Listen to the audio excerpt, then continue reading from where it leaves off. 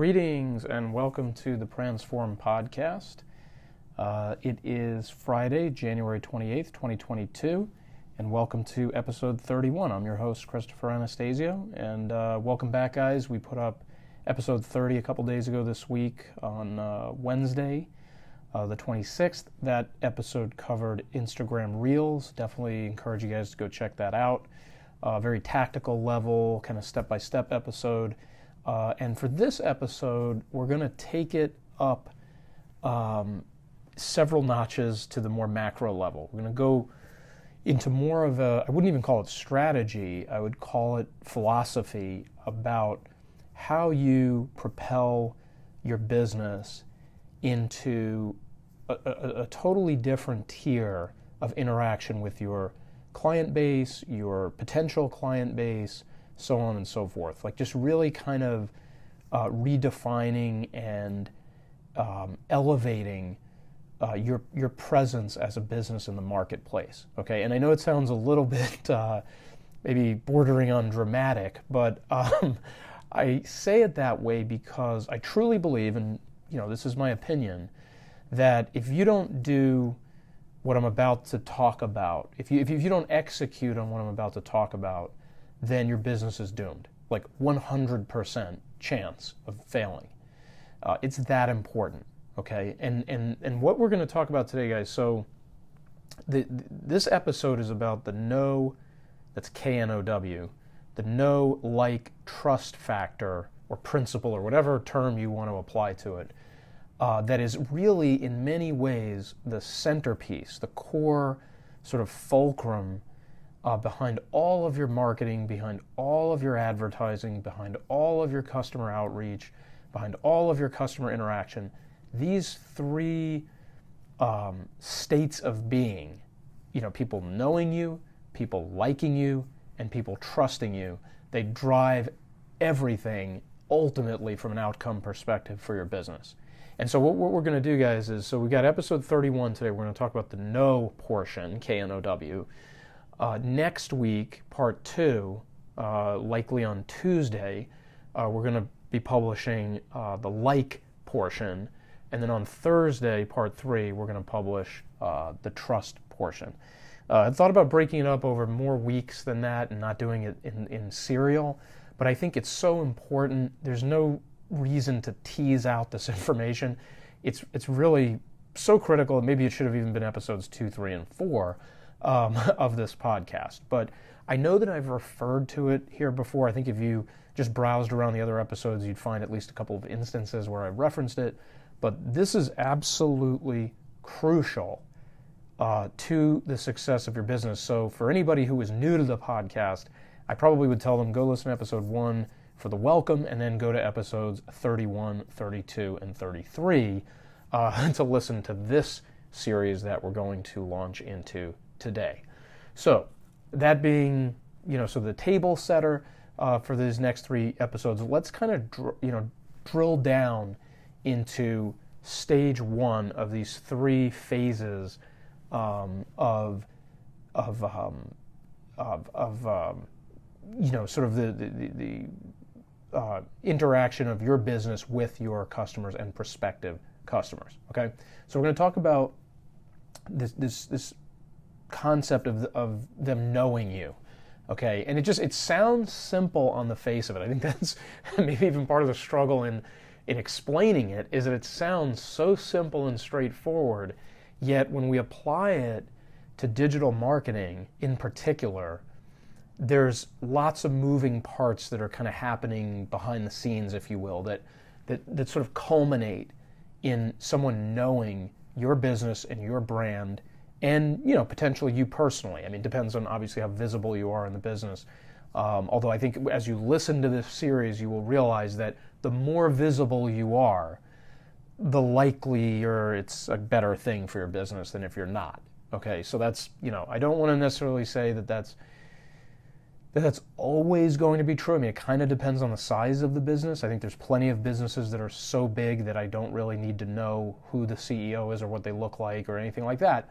But more than likely, the smaller you are, the much more likely it is that you need to be at the forefront in some way in your marketing and advertising efforts. Okay, so I would put that thought forward, and you guys can kind of decide for yourselves.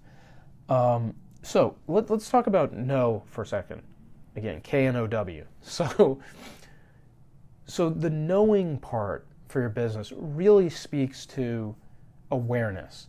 Like, how aware is somebody of your existence as a business, right? This is what we would call sort of top of funnel marketing.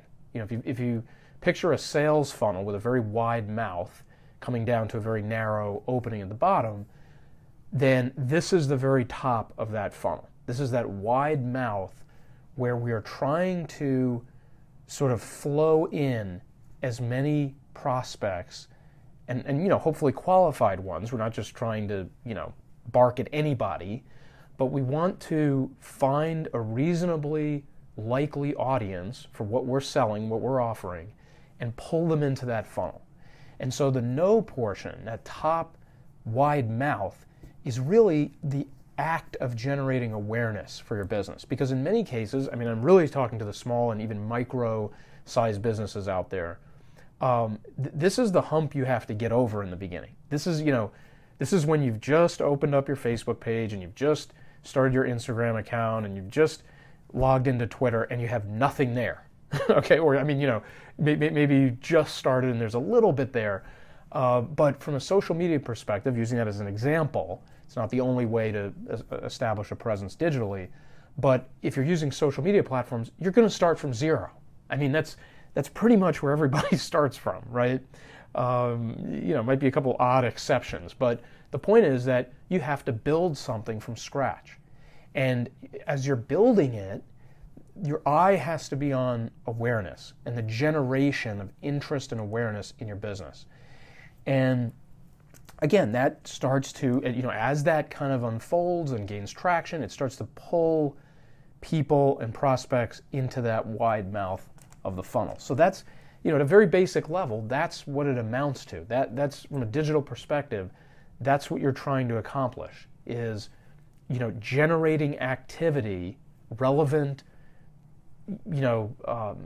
relevant, I don't want to say targeted, because at first you may not even be doing a lot of targeting, but inside your messaging, you are trying to speak to your audience, and you are trying to snag their attention and their interest and their desire to find out more about who you are and what you do and why you're doing it.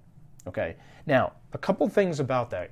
Let's talk less technical and, platform type stuff, and let's talk about content of what you're saying. Okay? So when you take the step of getting people to know your business, you really are, in many ways, getting them to know you personally. In many, many, many cases, when we talk about small businesses and getting a small business going and getting off the ground, it's an exercise in getting people to know who you are and why you're doing what you're doing and learning more about you. If you think about it, take the marketing out of it for a second and just think of it as, let's say I walked into a party and I didn't know many people. Maybe one or two people had brought me there, but there was a whole host of other people there who had no idea who I was. Of course, I wouldn't just start, spilling my guts all over the room, but I would engage deliberately as I interacted in that party with, factual, relevant information about myself. What's your name? Where are you from? What do you do for a living? How did you get into that profession? Where did you go to school? Things about me that would start to at least build out a framework of familiarity, right? If let's say I walked into that party and I didn't do any of that, and I just sort of lingered around and poked around and left, well, the chances that I go to the next party and anybody knows who I am, anybody has any awareness of me is basically zero, right? Even if they saw me at the first party, when they see me at the second one, it'd be like, hey, maybe I recognize that guy, maybe I don't. The fact that they never had a conversation with me, there was never any engagement, makes it highly likely they don't remember me. And the same would be true for your business. So when you're talking about, okay, Chris, yeah, I got you. People need to know who I am and be aware of who I am. What am I going to say to help move that process along, it comes back to these ideas of being factual, straightforward, relevant, okay, and packaging that information in a digestible way. Obviously, you're not going to slam people over the head right off the bat, and also giving them too little to go off of is a problem as well. So you're trying to find kind of a happy medium there as you reveal information about yourself and your business. Now, with your business, it's even easier in a sense because I think people are less guarded about that. It's very easy to be factual about your business. You know, we were founded in this year. These are the offerings that we have. Here's our pricing structure, blah, blah, blah, blah. It's a little harder when we talk about ourselves. Everybody, I think, to some degree or another, at least in the beginning, and some people this persists, it's a little difficult to talk about ourselves, and it's a little bit difficult to make a connection between ourselves, the business, and the audience. So there's a little bit more of a challenge there. But some of the things that you guys can do, okay, so think about it this way. When you do interact with somebody at a party, you know, you don't hand them a 550-page autobiography and say, hey, here's everything about me, right? You sort of start peeling back layers, right? You start to introduce information in, again, sort of a steady, appropriate, you know, sensible sort of way, right? So I know that doesn't translate exactly into the digital space because obviously the delivery mechanism is different and there's not a face-to-face aspect and all that. But think of it kind of the same way. Think of it as building a story over time. Okay, and I think this particularly applies to when we talk about ourselves inside the business. Okay, so it kind of helps you think about how to reveal more about yourself and open up more to your audience. Okay, now in preparation for, and we'll talk a little bit more on the technical side too here in a second about like how to achieve some of this, you know, from a posting perspective, social media, etc. But right now I'm talking more on the softer side, the abstract side of just how do you make the connection between yourself, the business, and the audience. And I think, you know, when I was doing a little bit of, I mean, personally I have a lot of opinions on how to accomplish these three things, but, you know, it's helpful to kind of gather insight from within, you know, this sphere, this industry as well, just to see and hear other perspectives. And, you know, a lot of them, you know, kind of say the same things, but one of the more helpful sort of breakdowns of the know, like, trust principle that I found was on the website advisorperspectives.com. And when they were talking about the know portion that we're discussing now in this podcast, you know, some of the things, and I'll quote these to you guys, that are very simple, but they're very actionable and can help you get started. Some of the things they share here are, you know, they say, quote, share compelling biographies of yourself and your team with relevant background information. When people see that you have something in common, they are more likely to pay attention, connect with you, and want to get to know you better. Okay, so let's start there. So a biography, you know, here's where I'm from, here's where I grew up, this is my family, you know, my wife, my husband, my children, you know, things like that. Like, again, factual information, nothing groundbreaking, nothing earth-shattering, but factual information that starts to establish the broad brush strokes of who you are. And outside of the business, okay? So it's not just all, you know, business, sales, services. You're sharing personal information, but not necessarily sensitive information. It's just personal, right? And you're giving the person the opportunity to get to know you a little bit, right? I mean, think about how, you know, when you enter a relationship with somebody, what's a common phrase that's used in the beginning stages? I would like to get to know you better, right? Or I need to get to know him or her better. That's the process you're going through in this first phase, if you just sort of apply it over to the marketing side. Okay, now, you know, again, I think, you know, that's a very, like I said, actionable thing you can do is start discussing your biography, the life journey that you've taken to get to the point where you've launched the business. You know, I mean, think about, let's say somebody does come across your business and they start to get curious about it. Think about how they would walk it backwards. When did they start this business? Why did they start this business? How did they start this business? How long have they had this business? You know, and when you start asking questions like that, and you, the business owner, start answering them, you can see how those answers start to actually roll backward from a timeline perspective in terms of your life, right? Like, your life leads up to that point, but to the audience, to the potential customer, they're looking at that from the opposite perspective, right? They've just found you, they've just found your business, and now they're kind of walking backwards into, okay, what else do I need to know about this person? Okay, or what else would I like to know about this person?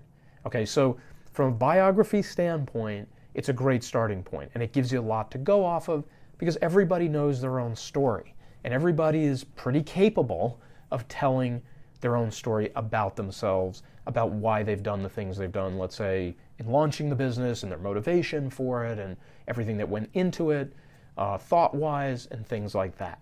Okay, so it's a great cornerstone starting point for the know portion of know, like, trust. Okay, now on the site here, Advisor Perspectives, they go on to point out, this is honestly something I hadn't thought about in particular, but I'm glad I sort of ran across it before recording this, is just the simple act of getting professional friendly headshots and photos really give you traction with your audience, because understanding that faces sell things better than non-use of faces. Okay, just pay attention to advertisements, look at ones that have faces and real people in them, and look at ones that have no person in them, and think about how they make you feel, and more than likely you'll understand just from that exercise. So when you're doing this as the business owner facing outward, invest in taking those professional, clean headshots, to put on the best face, but also an authentic face, right? I mean, we're talking about a current, relevant photograph of yourself. I'm not talking about one from 20 years ago. Okay, something taken today or very recently that you can then use. You can use it over and over again. I mean, it can be on your website, it can be on your social media platforms. You can put it in marketing materials when you put your signature block, et cetera, et cetera. Okay, so photographs, professional friendly headshots, is a great suggestion that I kind of came across here on the site, and it's something that you can sort of marry up to your biography, and now you've got some real basic, straightforward, helpful information about yourself. People know your story, they know what you look like, and you're out of the gate. You've now done the equivalent of walking into the party and introducing yourself, right? And giving a little background on yourself and letting somebody look you in the eye and have a conversation with you, okay? So it goes on here to talk about what I really think is something that it seems so correct and straightforward, but I think it actually doesn't happen nearly often enough. I mean, if you look at, just grab 10, 20, 100 websites at random, and I guarantee you more than half of them by far will fail this test. And that is, and again, quoting here from the site, you need to be, quote, you need to be intentional and clear about exactly who your firm serves and who you don't. Every presentation you give, every piece of marketing collateral you produce, and every bit of content you publish should either attract your ideal client or repel those who are not a good fit for your firm, unquote. Crucial, crucial, crucial. Okay, so let's keep this going as sort of like building blocks. So we talked about the bio, talked about the headshot and the face being shown.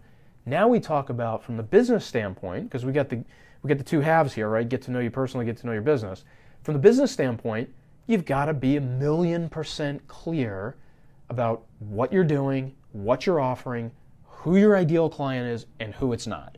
And what you're doing is you're giving people a chance to decide for themselves, rather than feeling like anything's forced upon them or anything's being rammed down their throat. You're giving them an opportunity to authentically sort of audit whether they want to know more about your business or not. And that's the only way you should want it to be. You don't want to sell things or offer things to people who really don't need or really can't use them just to make a sale and make some money, because eventually that turns into a very disgruntled customer. One way or the other, whether they're loud and vocal and posting all over Yelp, or whether they're silent about it, but maybe once in a while they drop a comment to a friend or a loved one about how terrible your service was or the outcome from your business was. because it simply was never a good fit in the first place. Okay? So if you do this part that I just sort of read off there and commented on, if you do that, you really roundly reduce the possibility that you're going to end up in that situation with a disgruntled client or customer. Okay? Because you're being precise, you're being clear. Okay, you're telling them exactly what services you provide, exactly what benefits they will get from it, okay, exactly how you go about working with them, your fee structure, pricing, everything. And remember, the whole point here is people start off skeptical of stuff. I mean, just think about the way you think about things you buy or things you order from, whether it's a service or a product or whatever. We almost always begin skeptically about something, particularly as the price goes up, particularly about, when things get more abstract. I mean, I don't get skeptical when I go through the McDonald's drive-through line because I know exactly what I'm going to get. You get a very low-grade, meal that's very cheap. I know exactly what it's going to taste like. I know exactly what I'm going to order most likely. I know exactly how much it's going to cost me, roughly speaking. So that's not what I'm talking about. I'm really talking about when you get into this kind of space where services and products are, they're much less well known than McDonald's, for example. That's for sure. They're not as proven in terms of the track record or, things of that nature. So we're really talking about, like I said earlier, coming from zero. So because coming from zero is going to equal lots of skepticism on the part of your audience, you have to chip away at that skepticism. You're not going to knock the entire wall down at once. You're not going to eliminate every objection in the first pass. But what you can start doing is just putting one brick on top of the other by offering clarity, straightforward, information, clear pricing. Everything is just above board.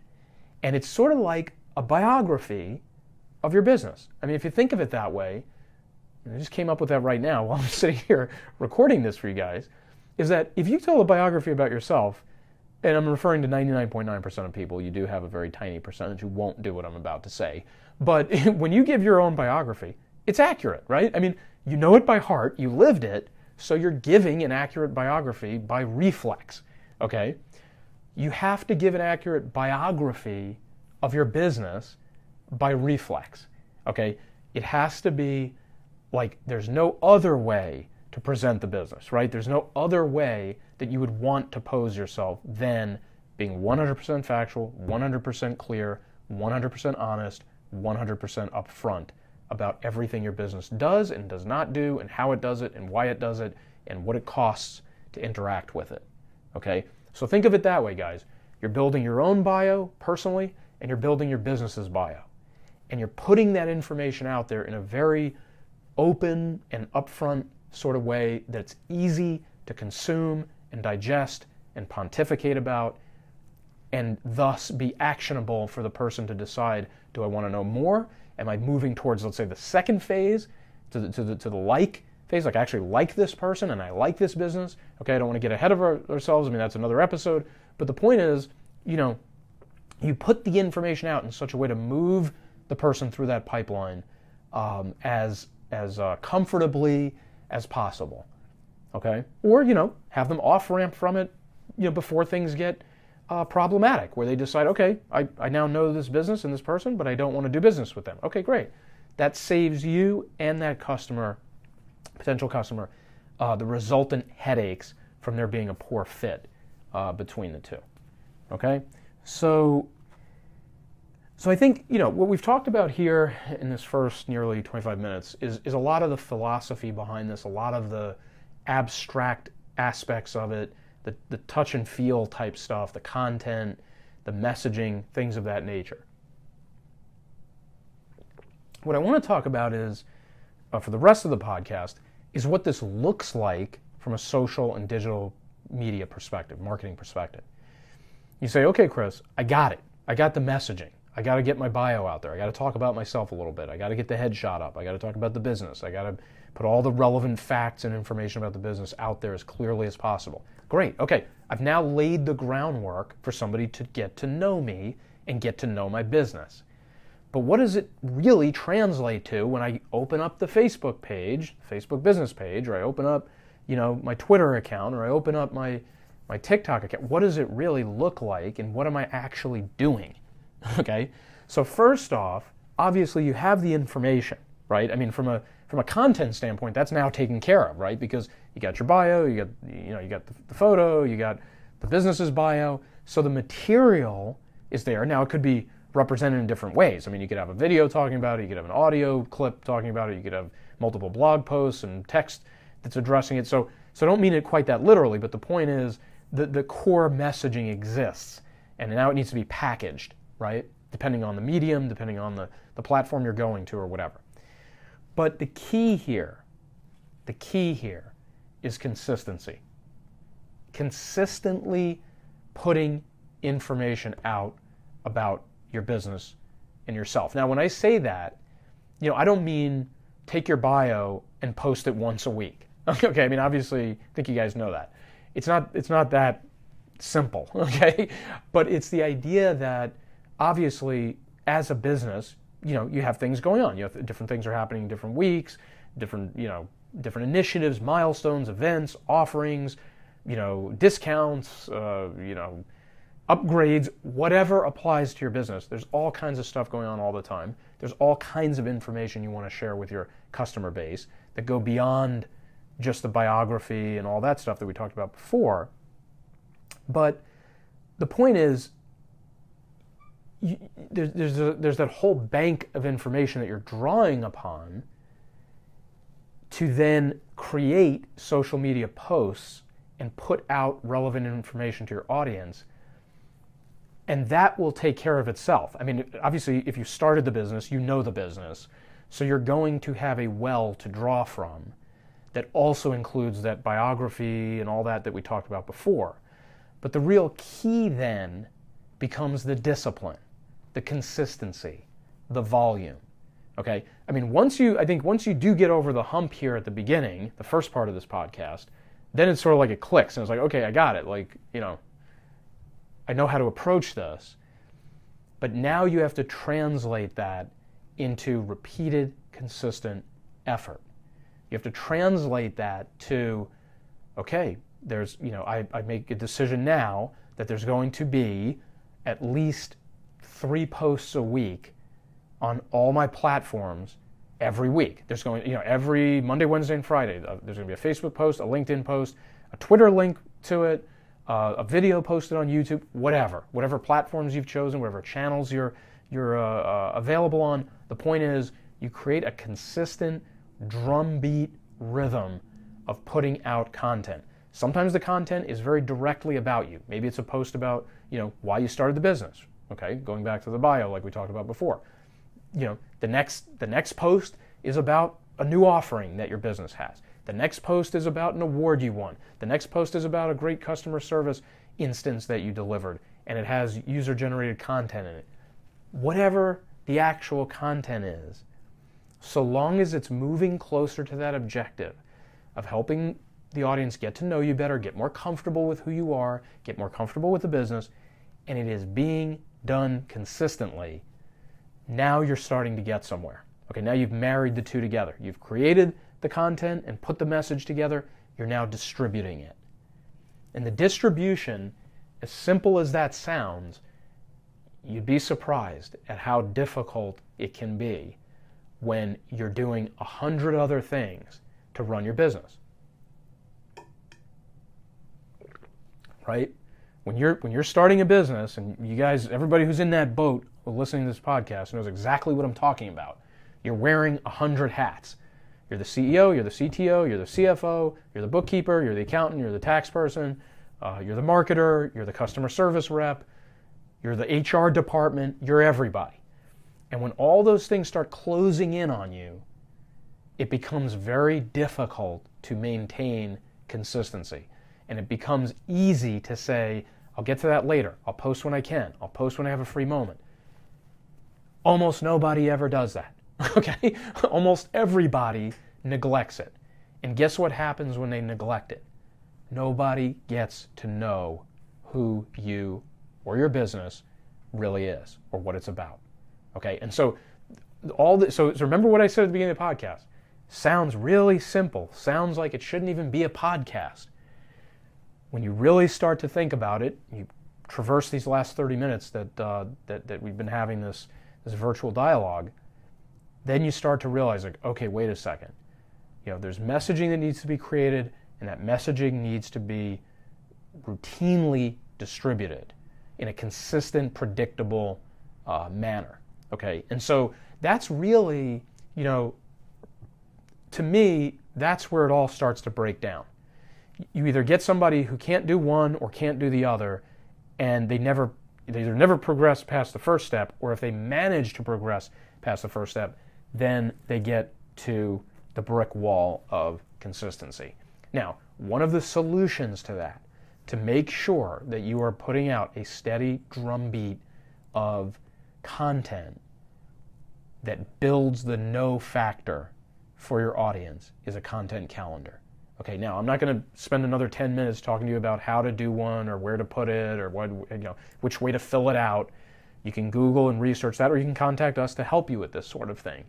But the point is, a content calendar that allows you to look ahead, look at the month, what's going on that month, where are the holidays, where are the special events for the business, where are some milestones, where are some down days, what are the days that we normally post on, how are we going to fit those posts together, what are we going to put out week by week by week, month per month per month, okay? And a content calendar kind of drains out the drama, of rushing around and trying to do it at the last second and trying to do it before the clock strikes midnight, and instead giving you the opportunity to be thoughtful about what is coming up in your business. And really, in many respects, guys, when you keep a really good content calendar, you can see from a bird's eye view the messaging. You can kind of look at it top down and say, okay, well, this is what we posted through January, and here's the thread that kind of like connected a lot of these posts to each other. Here's how the message unfolded. It just gives you a tremendous amount of perspective from a retro standpoint, as much as it does from a future-based standpoint of what are we going to say and what do we have planned to say. You can sort of reference back to what you have been saying, and you can look and say, hey, did we ever post this before? Did we ever talk about this before? How long has it been since we addressed this? How do we connect the post from January to February? What's the thread going to be? What's the messaging? Okay, so a content calendar and the feeling that you will get if you try this, okay, if you do it this way, you will know what I'm talking about. But the feeling of knowing that you have social media posts scheduled and in the queue for 1, 2, 3, 4, 5, 6 plus weeks ahead of time. There's no feeling like that. Trust me, I've been in the posting loop enough times myself, and for clients and for myself and so forth, that there's nothing like knowing, hey, I'm covered through the next month. I've put thought into it. It all makes sense. It all fits together. There's a mixture of content in there. There's personal stuff. There's business stuff. There's a theme throughout it. I've got the holidays covered, et cetera, et cetera. And there's just a tremendous sense of calm that brings to your rhythm and your posting sort of cadence, if you will, for your business. And the whole effort that you're trying to tie together there. Okay, so as we've worked through this, we talked about the personal bio, we talked about the business bio, and being factual and peeling back layers and being straightforward and being precise and being consistent in rolling that message out and using tools like a content calendar, whether you use an Excel spreadsheet or whether you've got a highly sophisticated software tool that does the scheduling for you and actually shows you the whole calendar. Wherever you are in that spectrum, the point is, when you start to do those things that I just ticked off, and you're doing them in a cohesive, coherent sort of way, there is nothing that beats that from a social media marketing perspective. Okay? When the messaging is the way you want it, and the distribution is set up, and you're planned out in advance, you're humming. Okay? And it's a huge, huge deal.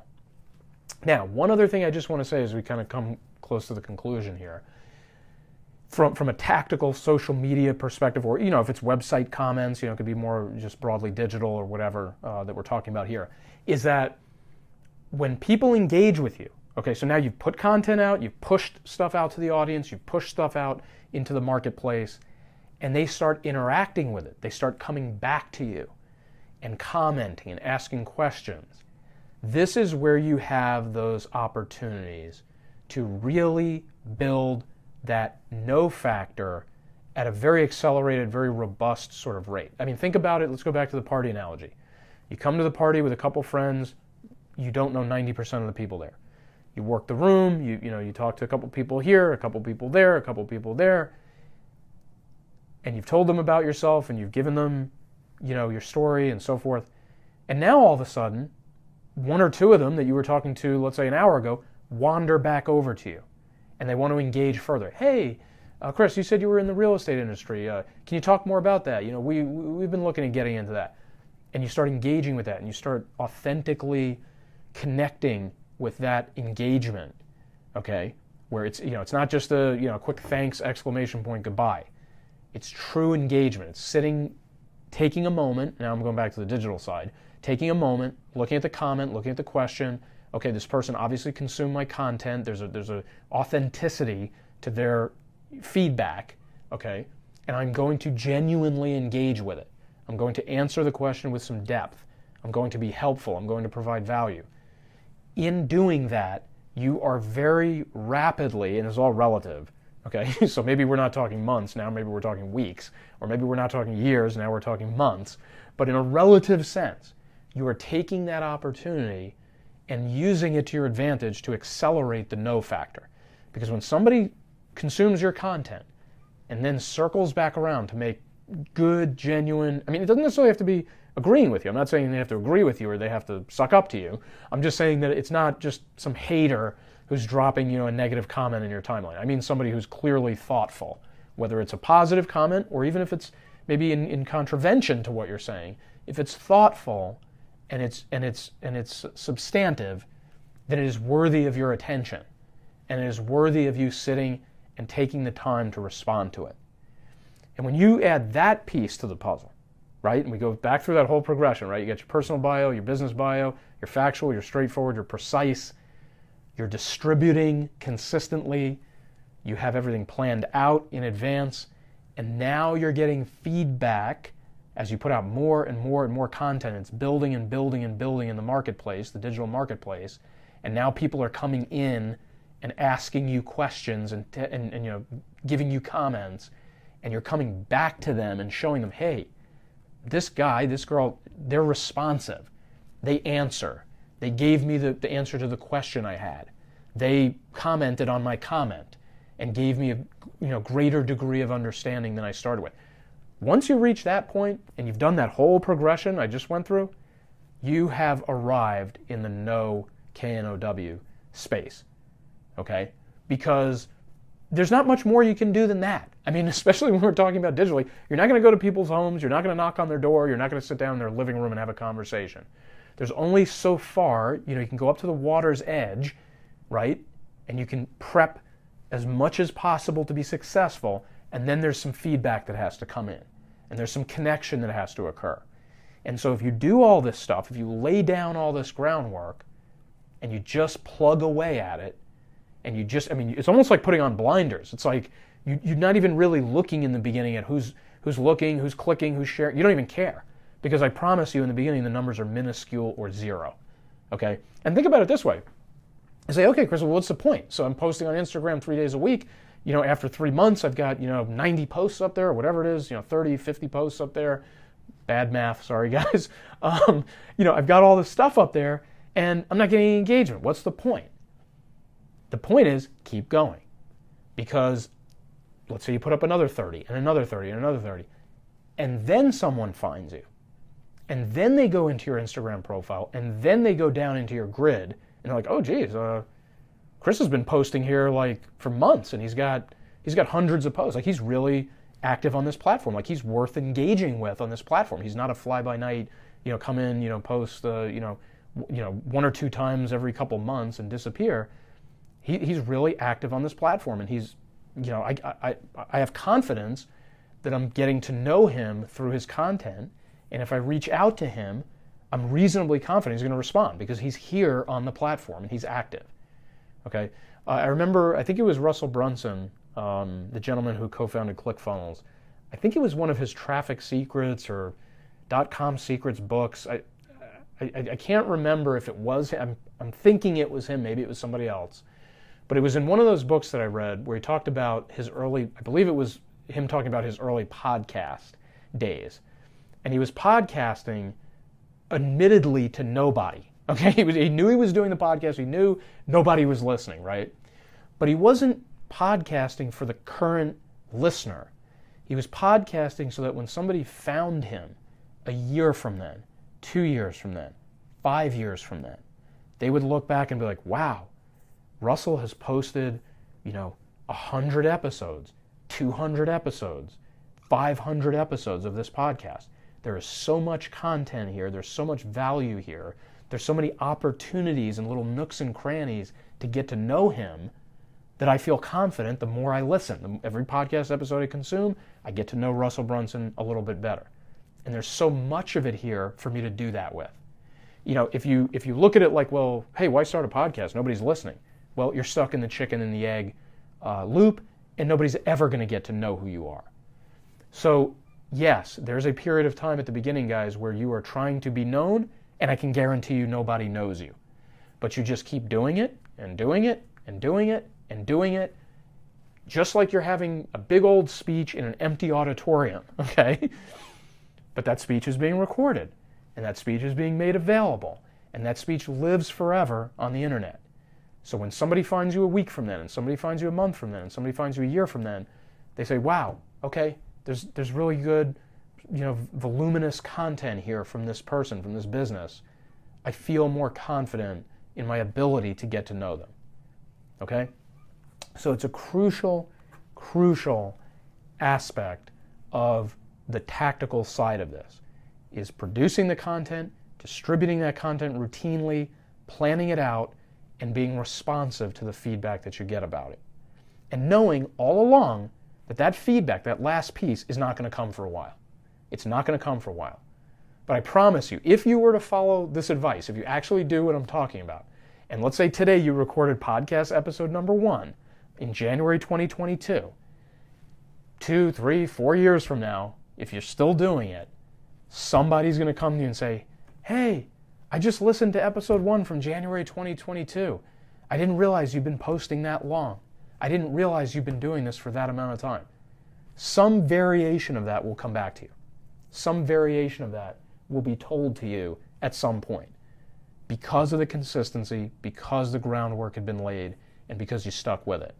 Okay? And it all culminates in giving the end consumer the best possible opportunity to get to know you, to get through this first stage. Because as we wrap this up, guys, this is the foundation of the 3 phases. If you don't do this part, you absolutely cannot do the trust part, and you absolutely cannot do the like part. Okay? Like, you cannot skip this part.